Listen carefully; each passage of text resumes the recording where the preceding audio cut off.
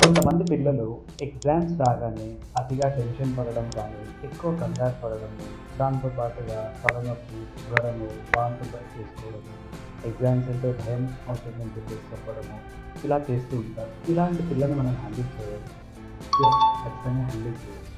దీనికి కారణాలు చాలా రకాలుగా ఉండొచ్చు. ఒకటి పేరెంట్స్ యొక్క ప్రెషర్ కావచ్చు, స్కూల్స్ కానీ, బయట ఉన్న సొసైటీ వల్ల ప్రెషర్స్ కావచ్చు. కొన్నిసార్లు పిల్లలు ఇంటర్నల్‌గా కూడా పర్ఫార్మెన్స్ యొక్క ప్రెషర్ తీసుకుంటా ఉంటారు.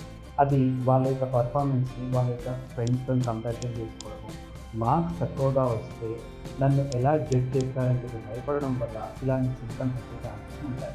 ఇలాంటి పిల్లలకు తల్లిదండ్రులకి ఎగ్జామ్సే ఫైనల్ కాదు, ఎగ్జామ్స్ అనేది జీవితంలో ఒక భాగం అని అర్థం చేసే పద్ధతిలో ప్రయత్నం చేయాలి. రెండవది, మార్క్స్ ఎప్పుడు పిల్లల్ని జడ్జ్ చేయడానికి సరిపోతాయి అనేది పిల్లలకు అర్థమయ్యే రీతిలో చెప్పాలి.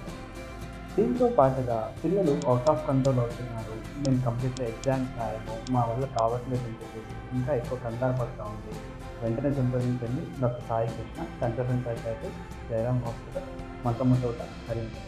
Thank you.